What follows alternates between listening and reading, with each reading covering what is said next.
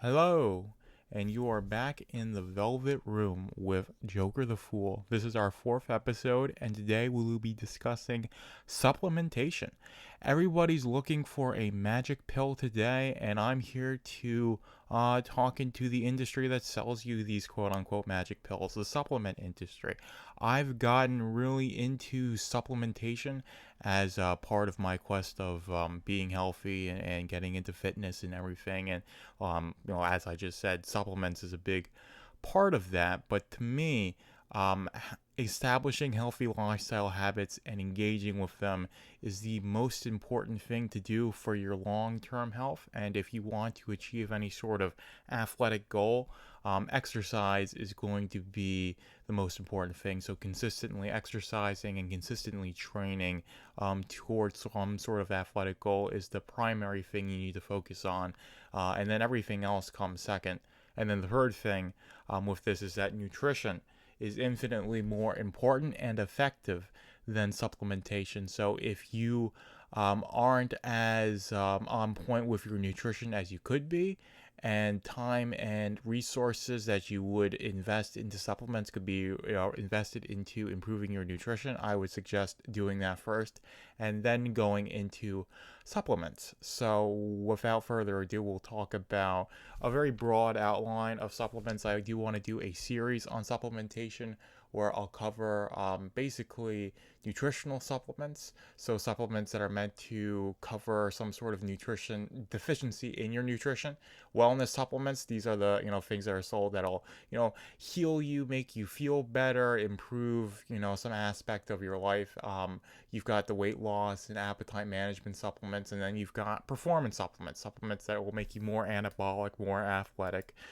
These sorts of things, testosterone, creatine, are in that you know area of what I'm talking about. So we'll talk about nutritional supplements first. So with nutritional supplements, of course, if your nutrition is off point and you have a deficiency because of that, the easiest thing to do is to address that with your dietary choices. And if you still have nutritional deficiencies or you're concerned about those sorts of things, then really what you want to do is establish what you're deficient in. And the only way you're going to do that is through blood work. And once you've done that, you want to find what you're deficient in. And then you want to find the most bioavailable form of that vitamin or mineral or whatever it is you're deficient in, and take that consistently to resolve that deficiency. So if you're deficient in magnesium, then something like magnesium glycinate, which is the least harsh, most bioavailable form of magnesium, is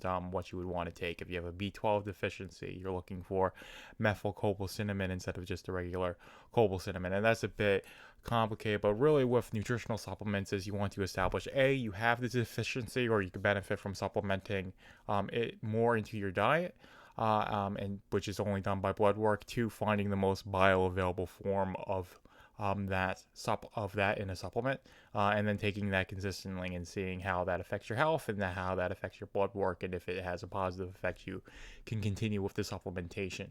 And with vitamin D, vitamin D is a very common supplement to take. It's a fat soluble vitamin, so you want to take it in the morning because that's typically the best time to take it. And you also want to take it with fat. So you have eggs with butter, take some vitamin D with that in the morning, and it's going to help your body absorb it more than if you just slammed it with some water. So that's the basic overview of nutritional supplements, is that you're only going to benefit if you have a deficiency, which is only going to be established by blood work, and then you want to make sure you're taking the most bioavailable form, and that depends on what exactly you need to take. So that's what you want to keep in mind. And also with fat soluble vitamins, A, D, I think E, if E is a vitamin, and K are all fat soluble vitamins. So if you're taking those, if you're supplementing those, you want to take those with some fat. And the same thing goes with omega-3 fatty acids. Fish oil supplements are sold a lot. They're very common for people to take, as fish oil is a great source of omega-3 fatty acids. Of course, you could always just eat fish or eat foods that are high in omega-3s and those other healthy fatty acids. So again, nutrition is more important than supplementation, and it's going to be more effective. So you want to focus on getting your nutrition on point as much as possible first, and then looking into supplementation. That's my personal opinion, and the way that you do that is you want to source things as best as possible, and this is very important with supplements. So most supplements are garbage, just like most food products are garbage. So if you're buying supplements from the grocery store, or most ones that are sold on Amazon, then you're going to be most likely buying a low quality supplement. So you want to do your due diligence, your research, and source the best quality supplements, not in terms of just the bioavailability of the supplement that you're taking. You want to make sure it's dosed properly. You want to make sure it doesn't have any harsh synthetic additives to it, and these are usually in the pill form, or these are usually these like gummy things that have refined sugars and artificial colorings and flavorings to make it more appealing to eat. Of course, it's also going to degrade your health in the long term, so I would suggest sticking with simple stuff, sticking with stuff that's high quality, and you're really going to find that online. Really. So I would avoid any supplements you get from the big box stores, because anyone who's operating at that scale large enough is usually sacrificing quality, and with supplement, quality is of the most importance, because you want to make sure everything's dosed properly, and what's being dosed is actually bioavailable, as in your body's going to absorb it and make use of whatever supplement you're taking, because that's another important thing.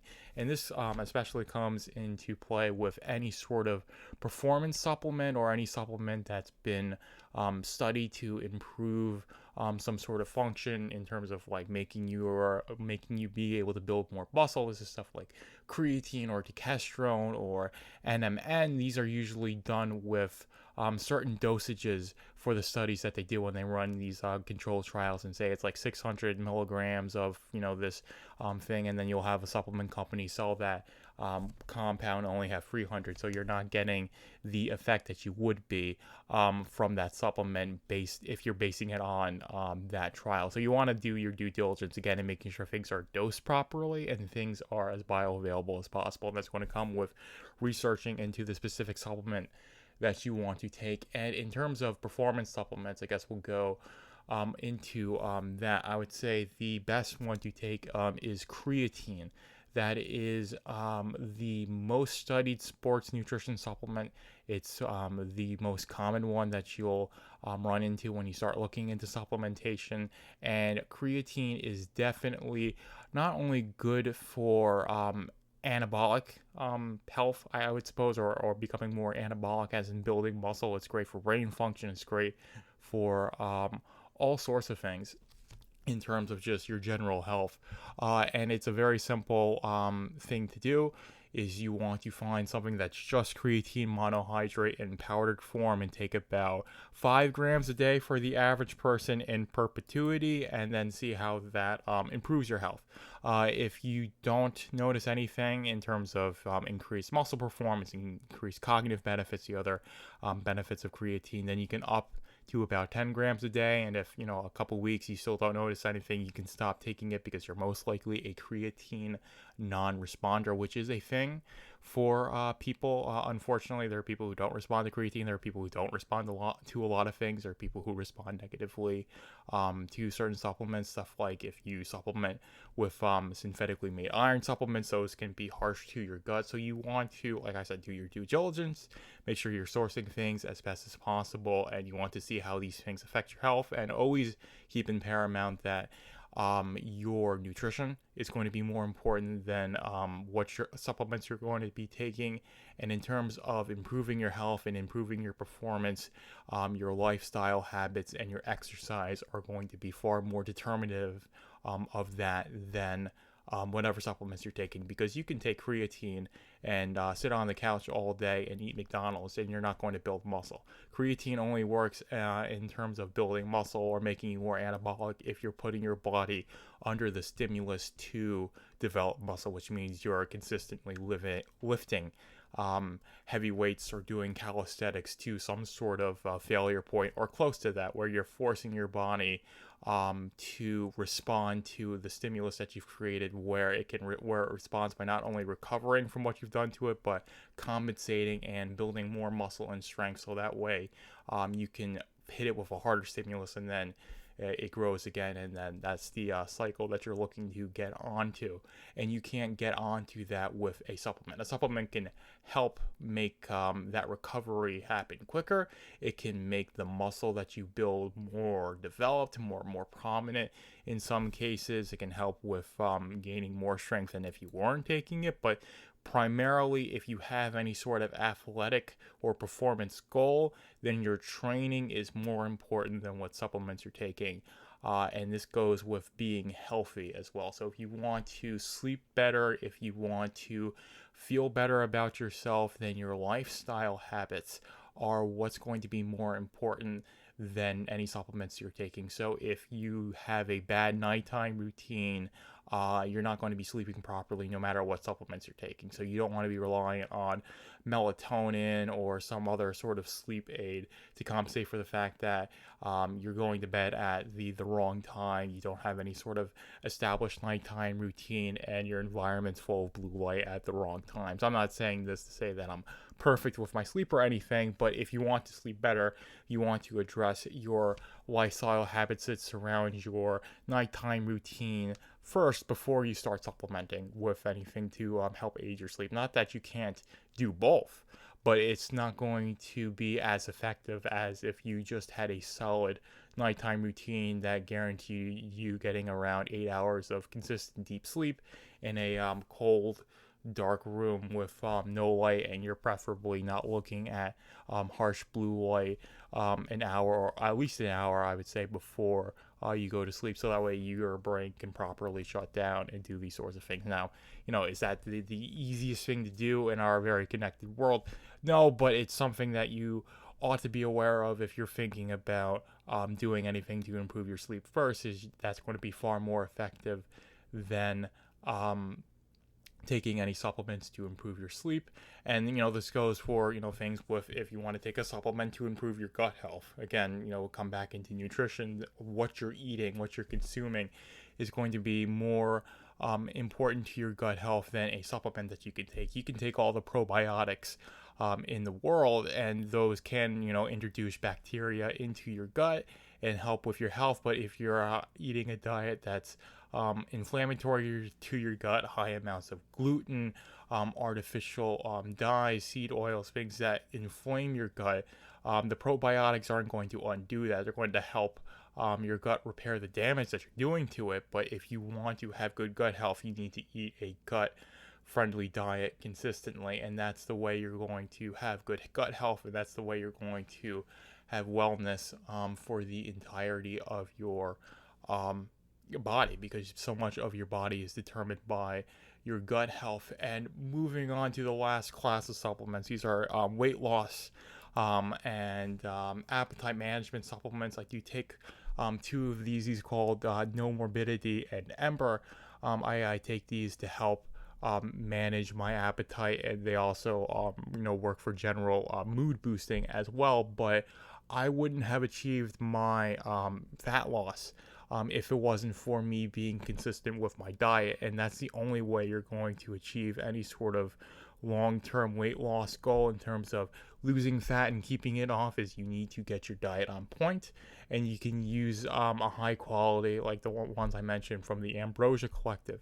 Ember and No Morbidity are the two that I would take. Like, again, I say most supplements are garbage, the way most food products are garbage. So most fat burners are just caffeine pills that are way too overdosed and all these sorts of things. So I would stay clear from these unless, again, you do your due diligence, your research, and, it seems like something that's sourced and dosed adequately, then you can roll the dice with it. But again, it's not going to do anything if your nutrition isn't on point, and if your lifestyle habits surrounding your nutrition aren't on point as well. You can take as many fat loss pills or appetite suppressants as you want to, but if you're still eating garbage food, you're going to have a garbage body, and there's no real way around that. So supplementation is really just that. It's supposed to supplement a healthy lifestyle. It's supposed to supplement a whole foods diet. It's not supposed to be the crutch you lean on to achieve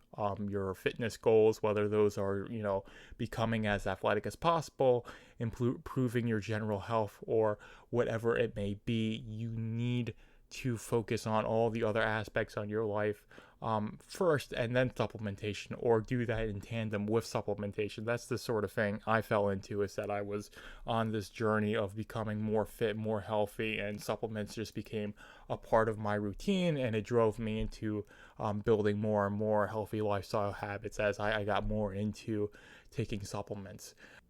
Okay, so to sum up on supplementation, it's not a replacement for healthy lifestyle habits that you need to build and establish first, and you should be investing in that before you start investing in supplementation. If you do invest in supplements, you want to establish that if it's a nutritional one, you actually have a deficiency, and then two, you want to look for the most bioavailable form of whatever you're supplementing, and you want to make sure it's high quality, which means it's dosed properly, it's the most bioavailable form of whatever you're supplementing, and the supplement isn't formulated with any harsh synthetic flavor or any harsh synthetic additives that'll be disruptive to your health, because you're taking a supplement to improve your health. So that is the main takeaway with basically any supplement, and then that applies with anything you're going to take for performances. You want to establish that whatever you're taking is to improve your performance, has actually been shown to do that, and you want to make sure that whatever supplement you're getting conforms to the dosage used in the trials that where the improvement was shown. So if, let's say, an effective dose for building muscle for creatine is 5 grams a day, and a supplement only has 2 grams per day, 2 grams per dose, then that's not something you would want to take, and that's going to conform. That line of things is going to conform very well to whatever you plan on taking. So you want to make sure there's literature that exists, and you want to make sure that the supplement conforms to the dosage in that literature if you think it's a reason to go ahead and take that supplement. So that's really where they'll get you in terms of making supplements low quality, is that they're not dosed properly, and they have a lot of harsh synthetic additives in terms of flavorings and colorings and all these sorts of things to make it more appealing, and also to make it cheaper, because it's all about money at the end of the day. But that is the basics of it. So I do want to do a written series on supplementation, like I did on nutrition. That's something that I do plan on doing eventually, so be on the lookout for that. Follow my Substack, of course, to keep up with this podcast, to keep up with all my other writings, and we will play the outro now. Thank you for listening. Thank you for being in the Velvet Room with Joker the Fool. Be sure to follow my Substack, velvetroompublishing.substack.com, to read Machine to Man and all my other projects.